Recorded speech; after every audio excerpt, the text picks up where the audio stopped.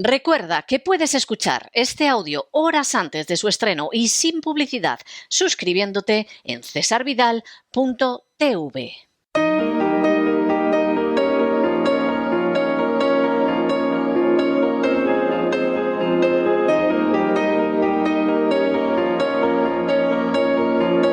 La entrevista.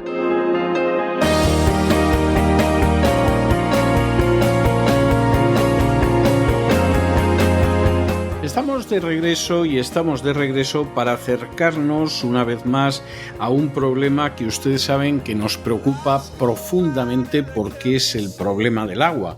Un problema del agua que no es de carácter nacional, sino que es de carácter internacional, aunque las víctimas, por supuesto, sean naciones muy concretas. Un problema en el cual el agua está dejando de ser de demanio y dominio público para convertirse, por el contrario, en el objeto de la codicia de determinados poderes multinacionales, un tema del cual, por cierto, va a depender el futuro de la agricultura e incluso lo que puedan ustedes llegar a beber y a dar de beber a su familia en los próximos años.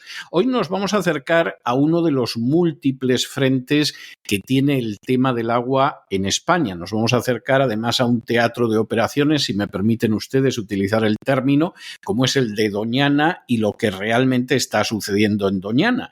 Realmente en Doñana hay un gasto tan terrible del agua en beneficio de los agricultores que hay que acabar con él, o por el contrario, lo que sucede es que existen agazapados intereses que de alguna manera, por supuesto, pueden inflar las arcas de determinados poderes multinacionales que vienen muy bien para la carrera personal de ciertos políticos, pero que actúan directamente en contra de los intereses nacionales.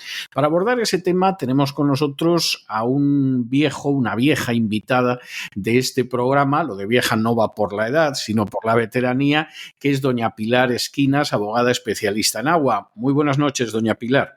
Muy buenas noches, César. Encantada de volver a estar en vuestra casa. Y tenemos también a don Manuel Tinoco, que es ingeniero industrial y que además ha dedicado su vida profesional a la agricultura, a la silvicultura, y que conoce muy bien el tema de Doñana. Don Manuel, muy buenas noches, muy bienvenido. Buenas noches, muy buenas noches y muchas gracias. Vamos a ver, primera cuestión que yo tengo que plantearles. ¿Realmente está en peligro Doñana? ¿Realmente los agricultores están, pero llevando a Doñana al límite de la supervivencia? ¿O esto simplemente es propaganda? Don Manuel, doña Pilar, cualquiera de ustedes. Pues yo creo que, por honor, creo que Manuel en este caso es el que tiene que de verdad iniciar esta entrevista, porque aunque yo he conocido a Manuel y a sus compañeros pues a través de Movimiento Rural Español, que es un movimiento que ha salido en Doñana, que son todos maravillosos, son agricultores y son gente que están cansados de ver cómo les están arruinando y cómo les están, sobre todo, destrozando su reputación a sus frutos, a sus cultivos, a su sudor. Pues pues hace unas semanas tuvimos la oportunidad de vernos precisamente en IFEMA cuando pues WWF empezó a atacar su reputación, además de una forma internacional. Pero para llegar a este punto final, creo que lo mejor es que Manuel os haga una introducción de todo lo que está ocurriendo, muy breve, de la situación tan grave que lleva sufriendo su familia, él, sus compañeros y sobre todo a lo que nos estamos enfrentando, porque todos somos perjudicados con el caso Doñana. Pues don Manuel, tiene usted la palabra. Muy bien, Ilústrenos. muchas gracias. Para responder a esta pregunta hay que poner en perspectiva lo que es la provincia de Huelva con respecto al entorno de Doñana. Huelva tiene una superficie aproximada de 1 millón de hectáreas, de las cuales el 70% es de uso forestal.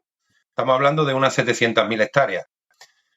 Unas 300.000 hectáreas, es decir, el 30% de la superficie real de la provincia, pertenece a parques nacionales y parques naturales de especial protección, como son el de Doñana y el de la Sierra de Aracena y Picos de Aroche. El otro 40% de uso forestal, estamos hablando de fincas de dehesa, de encinas, de alcornoques, de pinares, etc. Y tan solo un 30% se dedica a otros usos, como son la agricultura de secano, el uso urbano y el industrial, y la agricultura de regadío. En este caso, la agricultura de regadío en Huelva representa tan solamente el 4% de la superficie total de Huelva, unas 40.000 hectáreas de regadío, que en más de un 80%, es bastante más de un 80%, son regadas con aguas superficiales, principalmente de la cuenca del el Tinto, Odiel y el Piedras, con 4 presas principales, que son la presa de la Puebla, la presa del Chanza, la del Piedras y la presa de los Machos. Entonces, acusar a la agricultura de Huelva de que está secando Doñana es un tremendo despropósito, que no hacen nada más que hacerle el favor al plan que quieren implantar aquí en Huelva, en el que la agricultura no está incluido, y no solo no está incluido, sino que necesita nuestros recursos, que nuestros recursos son la tierra, el agua y el sol, para llevarlo a cabo, que es la implantación del mayor clúster energético de hidrógeno verde de España y probablemente de Europa. Es decir, lo que usted me está diciendo es que no solamente los agricultores no tienen culpa alguna en lo que pasa en Doñana, no están chupando los recursos acuíferos de Doñana, sino que de aquí de lo que se trata es llevar a cabo una gran operación que tiene que ver con la industria de la energía y que si se lleva por delante la agricultura, pues mala suerte. Sí, exactamente. Además, comentarios como los de Pachi López o los de la ministra. La ministra ha dicho que ni una hectárea más de regadío para Huelva.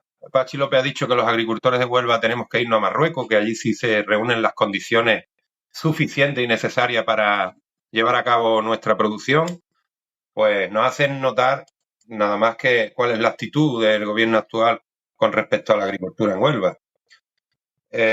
Doñana está siendo usada de piedra angular, de excusa medioambiental, para llevar a cabo su proyecto denostando nuestra actividad de alguna manera. Ellos legalmente no pueden robarnos ni la tierra ni el agua, afortunadamente, pero sí tienen otras formas, otros medios de extorsión coercitivo, como son el decreto de sequía, que solamente reduce la dotación de agua para las explotaciones agrícolas de regadío y no para la industria o para el consumo, como son la implantación de normas como los caudales ecológicos, que hace 3 años nos cerraron una pieza fundamental de nuestra estructura hídrica, que es el bombeo de Boca Chanza, que ya solo se puede actuar cuando se decreta la sequía, y cuando se decreta la sequía resulta que está estropeado y llevamos un año en decreto de sequía y no han conseguido ponerlo en funcionamiento aún. Entonces aquí, por lo que se ve, gracias a la ley, la sequía va a ser algo recurrente en Huelva, algo nunca visto teniendo en cuenta que somos una de las provincias con mayor pluviometría en España. Estamos en el top 10 de la pluviometría. Cierto. Y vamos a ver, porque esta es una cuestión tremendamente importante. Cualquiera que oiga esto y no esté siguiendo la política hidrológica que sufre España desde hace años estará sorprendido, no se podrá creer lo que oye, incluso se sentirá escéptico porque estamos criticando a esos seres de luz que son los ecologistas. Pero claro, aquí hay una pregunta que se impone y que es absolutamente necesaria. ¿Quién se beneficia de esto y por qué se beneficia de esto? Cuando en realidad esto significa, y eso es una pedrada en el ojo de los intereses nacionales, acabar con la agricultura en Huelva, que es algo tan disparatado que de verdad hay que ver los hechos delante, como usted los está exponiendo, para poderlo creer. ¿Quién se beneficia de esto y por qué? A ver, lógico es que el beneficio de esto es grande y es para unos pocos. Solamente para una élite muy exclusiva de grandes multinacionales y sus secuaces, que en este caso serían los políticos que posibilitan este tipo de proyectos, resultarían beneficiados. Los beneficios son múltiples. ¿Qué tipo de beneficios hay? Pues evidentemente los directos de la implantación de este tipo de procedimientos, de proyectos o de producción energética.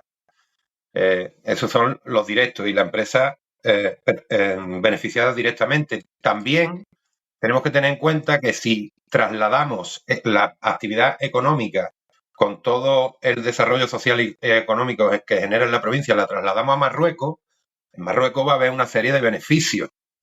El quien posibilite que se lleve a cabo ese traslado, evidentemente también llevará su parte del pastel. Sí, Y pero Bien, también hay que, a ver, pero una vamos, cosa que quería comentaros también a lo que está diciendo Manuel, y son sobre todo los cupos de producción. Tenemos en cuenta de que ahora mismo la producción de frutos rojos, de fresa, de frambuesa, está allí muy consolidado y a temas de PAC, incluso a temas de sí, producción, ya tiene consolidados esos derechos. Pero es que también hay que hablar que es que, por ejemplo, WWF tiene miles de hectáreas en propiedad dentro del Parque de Doñana.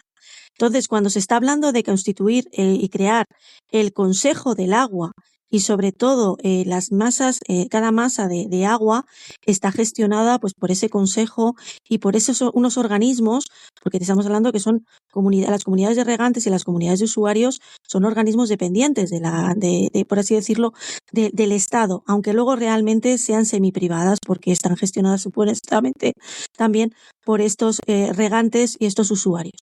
El problema que tiene Doñana es que las concesiones tanto de agua de boca, que ya sabemos que está Aqualia, que está Nemasesa, que están empresas que ya gestionan el agua. El agua industrial, que tenemos a Coca-Cola, que Coca-Cola tiene una finca de grandes dimensiones que no la está utilizando para llegar y embotellar, sino que también para producir frutos rojos. Grandes multinacionales que ya están asentadas en la zona. Pero es que los agricultores tradicionales que son realmente los que supuestamente tanto que hablan de la España vaciada y que además producen mucho trabajo, no solamente la producción de frutos rojos por la actividad económica, sino también porque consolida terreno, territorialidad y sobre todo, bueno, pues dota de población a esta zona. Si tú lo eliminas todo esto, si tú generas esta crisis en todos los aspectos, y más que invitamos a que todo el mundo mire en Wikipedia cómo se crea Doñana y cómo Doñana, porque el acuífero doñano llega hasta Jaén. O sea, es que no nos estamos hablando y cuando, por favor, romper un poco la imagen de que, bueno, porque vemos a la nieta de Lola Flores hablando ahí con carita de pena, porque Doñana se agota, porque se están utilizando las fresas, el agua para las fresas, cuando realmente es residual el agua que se está gastando para esto. Y máxime cuando hay tanto negocio y máxime cuando estamos hablando que el acuífero, ya os digo, llega hasta Jaén, Córdoba, o sea que estamos hablando de que es un acuífero enorme, que no solamente está en la zona donde están las marismas, que eso es lo que nos han estado engañando y que hay que ser muy sinvergüenza para llegar y los grupos ecologistas teniendo esa información y estos, bueno, pues hidrogeólogos como tienen y que las universidades, incluso grupos asesores que están asesorando a la Junta de Andalucía, que han obligado a los propios agricultores a que paguen los propios estudios hidrológicos, porque ahí está encima la crueldad de todo este tema y de toda esta, bueno, pues esta terrible estrategia que llevan sufriendo los agricultores que de su bolsillo, por querer seguir estando allí, están abonando y pagando todo esto para que luego encima, puerta cerrada, los propios políticos estén destrozándoles su futuro, pero sobre todo les estén engañando como ha pasado en las últimas horas y que ahora Manuel os contará pues la sensación de cómo les están engañando cada vez que un político se reúne con Teresa Rivera y con todos los grupos ecologistas y con todos los diferentes asesores y organizaciones supuestamente civiles, pero que al final todas están subvencionadas, que todos están cobrando por lo mismo y que aquí los grandes damnificados son precisamente los ciudadanos y los agricultores de esa zona. no, esto parece bastante evidente, don Manuel. Con respecto a Doñana, ¿por qué Doñana se seca? Tendremos que hablar del manejo que se está haciendo de Doñana ahora mismo, que el interés realmente es que se seque. Por parte de la administración se están llevando a cabo medidas y obras para no solo secar Doñana, sino que parezca todavía aún peor. Por ejemplo, la última ha sido que alrededor de esas lagunas secas, que están pobladas de pino, han hecho unas cortas selectivas de una franja de entre 40 y 60 metros para que en la ortofoto que van a publicar se observe, con cierta mala definición, se observe todavía un impacto visual más grande sobre la desecación de esas lagunas. Así lo hacen cortando pino. Doñana es un entorno que, aunque hablan de que es de una gran complejidad, en realidad es un entorno bastante sencillo de explicar. Sí. Doñana es una marisma, es una tierra baja con cercanía al mar, donde ahí se mezclan las aguas del río Guadalquivir y muchos afluentes, del arroyo de la Rosina, Hato Blanco, en fin, hay muchísimas. Es una zona llana donde el agua corre y todas van a desembocar a Doñana. ¿Cómo se seca Doñana? Pues muy sencillo. Aparte de que llueva más o menos y eso influye en la cantidad de agua superficial que pueda acumular Doñana, yo he estado trabajando en Doñana, en la zona de Marismilla, en medio de las dunas, donde precisamente allí no se acumula agua, y he tenido hasta 1 metro de agua cubriéndome la rueda de la maquinaria, porque ha llovido muchísimo y se ha acumulado el agua. Así es como se inunda Doñana, ¿no? Con la lluvia.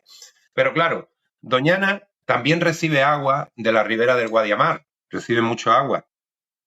Y Doñana, después de la transformación agrícola que se hizo con los planes de desarrollo agrícola de la dictadura, pues todos los caudales de agua que entraban en Doñana están regulados. Yo no sé si conocéis la existencia de Isla Mayor. Sí, sí. Allí se dedican a la agricultura del arroz, precisamente porque son las tierras idóneas, porque hay mucha agua y porque son tierras llanas, como es el resto de Doñana. De hecho, eso fue una transformación agrícola de esa época. Bueno, pues el agua que llega a Doñana del río Guadiana tiene que pasar a través de unas compuertas, del río Guadalquivir, perdón. Pues esas compuertas las tiene que manejar la guardería del parque. Pero la maneja la guardería del parque según las órdenes de la dirección del parque. Si el parque ordena que no se abran las compuertas, pues tienes el agua a los pies del parque y el agua no entra en el parque, que es lo que está ocurriendo realmente.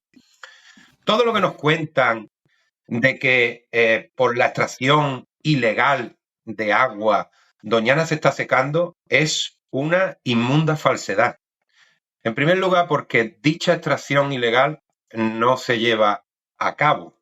Serán muy pocos los pozos y muy pocos los hectómetros cúbicos que puedan salir de esa extracción ilegal, porque vivimos ahora mismo en una de las zonas más vigiladas del mundo, por el Seprona, por Confederación, etcétera. Eso de que aquí se producen frutos de manera ilegal es una gran mentira, porque vivimos en un gran hermano. Lo que pasa es que sí es verdad que tenemos un acoso. La agricultura en Huelva está sufriendo un acoso terrible, pero un acoso terrible porque de alguna manera nos tienen que quitar las ganas de seguir trabajando. Entonces, tanto inspecciones de trabajo, Confederación, el Seprona, la Guardia Civil, todos están trabajando conjuntamente, mirándonos como si fuéramos criminales, sin respetarnos absolutamente nada, para intentar destruirnos y desacreditarnos. Lo que pasa es que lo tienen un poco difícil porque, como es la verdad, tampoco somos tan malos, ¿no? Como yo digo. Entonces, la verdad es que lo tienen un poco difícil. Pero sí es verdad que la publicidad que se hace a través de los medios de comunicación por parte de los lobbies ecologistas es muy descarada y demasiado agresiva. Cuando dicen que nos roban el agua y ponen una foto de invernaderos de arándanos, contaminan nuestra agua. Eso es mentira. Nosotros no robamos el agua a nadie porque precisamente las infraestructuras hidráulicas que hay en la provincia de Huelva se han amortizado gracias a la agricultura. Además, no tendrían ningún sentido haberlas hechas si no hubiese sido por la demanda y el desarrollo agrícola. No le estamos robando el agua a nadie. El agua es un bien común y las infraestructuras que albergan ese agua las amortizamos nosotros, los agricultores. Nosotros no usamos, ya he dicho que en Huelva no se cultiva con agua subterránea, pero aunque así fuera, que así fueron los inicios de la agricultura en Huelva, no estamos agotando ningún acuífero, porque el acuífero 27 no se conoce su dimensión, no se conoce su capacidad, y no se puede hablar ni de sobreexplotación ni de robo. No se puede hablar de robo porque es un bien común, y no se puede hablar de sobreexplotación porque no se sabe cuál es su dimensión. El Ahora, agua superficial... ¿Perdón? Sí. No, siga y le quiero formular una pregunta. Ok. El agua superficial, por la acción del drenaje, según las tierras, y las tierras de Doñana son altamente drenantes, pues se va decantando hacia las profundidades de la tierra y alimenta los acuíferos. pero nunca un acuífero va a alimentar una laguna superficial. Nunca.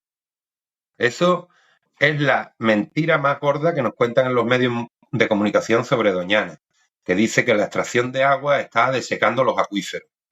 Si nosotros sacamos agua de un acuífero, que es un acuífero, lo primero que tenemos que entender es que la definición de acuífero de hoy en día es una definición deficitaria, puesto que un acuífero es como una especie de red neuronal donde se almacena y se distribuye agua y no se sabe muy bien ni cómo funciona ni qué estructura tiene, porque si no conocemos el 90%, a día de hoy no conocemos el 90% de los fondos marinos, ¿cómo pretendemos conocer qué hay bajo la tierra, qué hay en la corteza terrestre?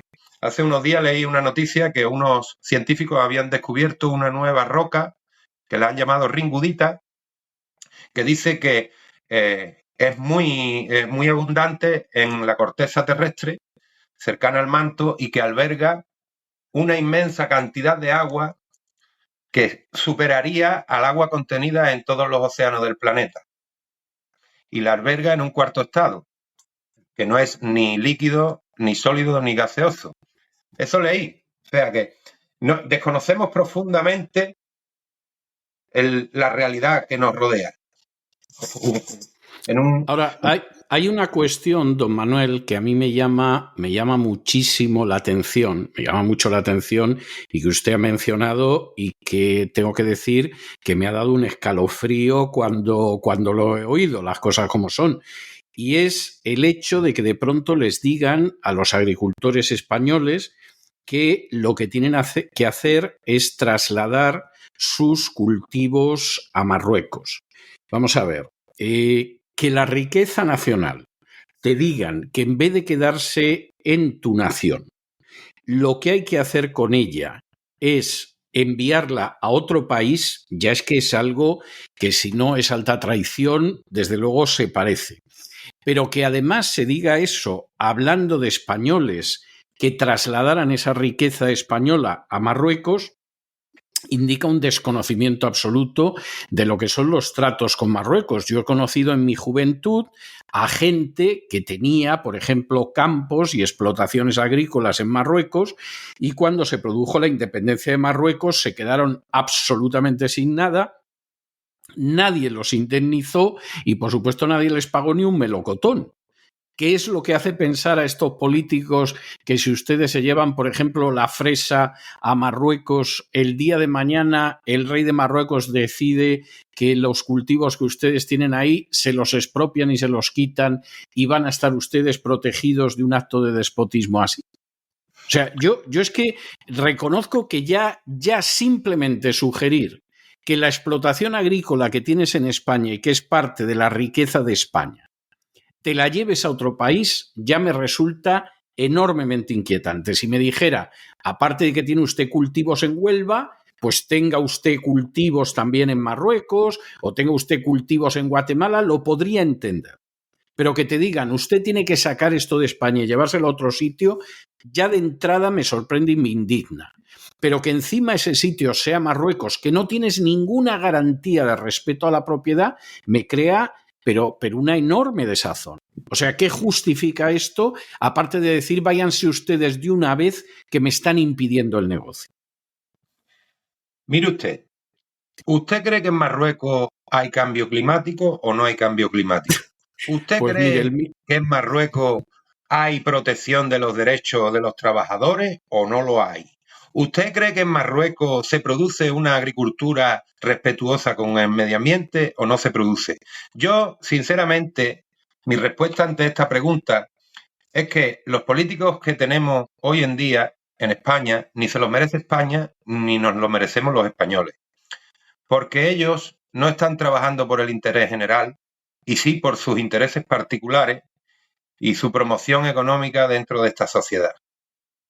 Ellos no están mirando por el crecimiento de España, ni por la promoción de la actividad económica, ni por poner en valor las grandes virtudes que tiene España.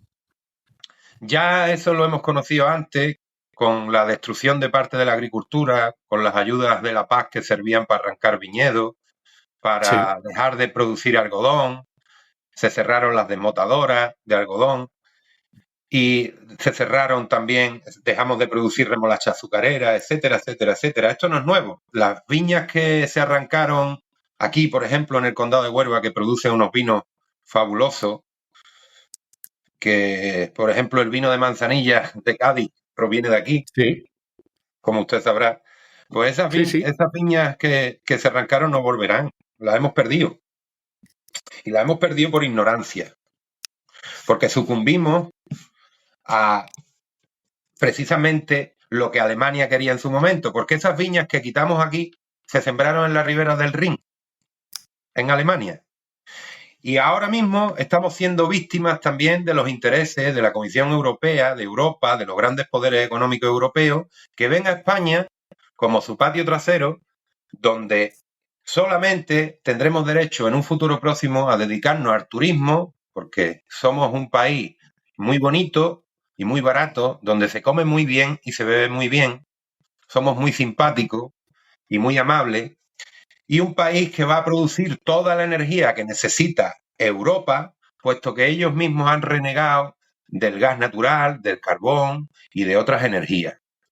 Entonces no le queda más remedio que aprovechar las horas de luz que tenemos en España, el viento que tenemos en nuestras cordilleras, porque como usted sabe, Alemania es un país bastante plano y los molinos eólicos allí no funcionan bastante bien. Entonces, toda la energía que necesita Europa para su nueva revolución tecnológica tendrá que salir principalmente de España. Y alguien dirá, ¿y por qué no la llevan a Marruecos? Pues mire usted, porque entre otras cosas, esa inseguridad de la que usted habla, de Marruecos, no se la puede permitir Europa con respecto a la energía. Y una manera de tener seguridad en el abastecimiento energético y además que sea barato, porque atravesar el estrecho con la energía es bastante caro, pues es tenerla en España. Cuando estamos hablando que una planta de hidrógeno verde necesita 4.000 millones, hemos hecho un cálculo estimado de 4.000 millones de litros anuales, o sea, con un impacto en 200 kilómetros a la redonda cada planta de hidrógeno verde. Entonces, nos sorprende con los estudios que estamos viendo que los ecologistas se callan y el Ministerio de Transición Ecológica se calla porque cuando tú necesitas y estás aplicando la tecnología de una planta de hidrógeno verde, tú destruyes el agua. Un agricultor, un ganadero, utiliza el agua, usa el agua, pero retorna a lo que es el ciclo hidrológico. En cambio, una planta de hidrógeno verde que necesita además, y hemos estado viendo, ¿verdad, Manuel? Hemos estado viendo que precisamente los terrenos que les molesta y que tienen que desalojar a los agricultores es precisamente donde tienen proyectado poner las plantas precisamente de fotovoltaicas, que es el caso Cartagena. Igual ha ocurrido ahora mismo en el Mar Menor, porque es el mismo procedimiento que han utilizado los ecologistas de atacar en el campo de Cartagena. Han eliminado a todos los agricultores y están diciendo de que no pueden cultivar allí, pero en cambio les están autorizando a poner miles y miles de metros cúbicos de hormigón para fijar las plantas de plantas fotovoltaicas, y justo han conectado y están instalando las plantas de hidrógeno verde. Que ya os digo, destruir el agua, porque eso, la planta de hidrógeno necesita destruir el agua, que tiene que tener además unas características de conductividad, que tiene que hacerse con agua muy buena. Por eso, fijaros la perversión que han estado prohibiendo utilizar el agua de manantiales y de acuíferos, porque dicen que se agotan, pero en cambio te están autorizando a que el tubo, el contador, las aguas regeneradas, que eran propiedad de ese agua, que el agua buena era de la tierra, ahora te estás diciendo que el agricultor tiene que producir nuestros alimentos con agua regenerada.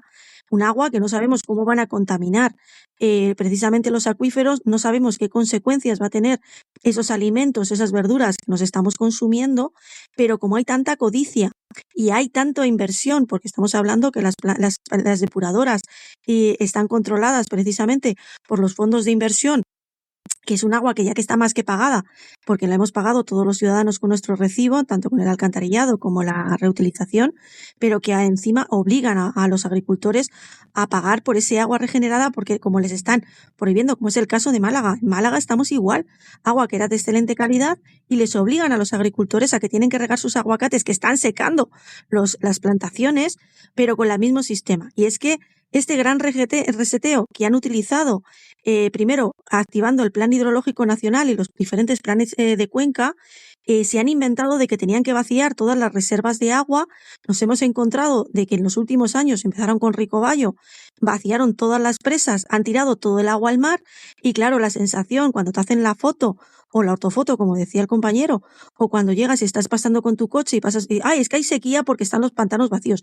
No, señores, es que la comisión de desembalse de cada confederación han abierto las compuertas, han tirado el agua, como ha pasado hace unas horas con estas lluvias que tuvimos en septiembre, ya han seguido vaciando porque han estado produciendo también energía hidroeléctrica y, como decía él, hay una declaración de sequía, pero curiosamente solamente se reduce a los agricultores, no se les reduce el cupo precisamente al uso industrial porque son precisamente ellos los que están haciendo negocio, estos fondos de inversión, con este negociado y además son ellos también los que tienen el tubo y sobre todo el contador, que bueno, pues con los contadores digitales vamos a sufrir el control máximo, que ellos son los que cobran por toda esta gestión del agua que ni siquiera nadie les ha elegido.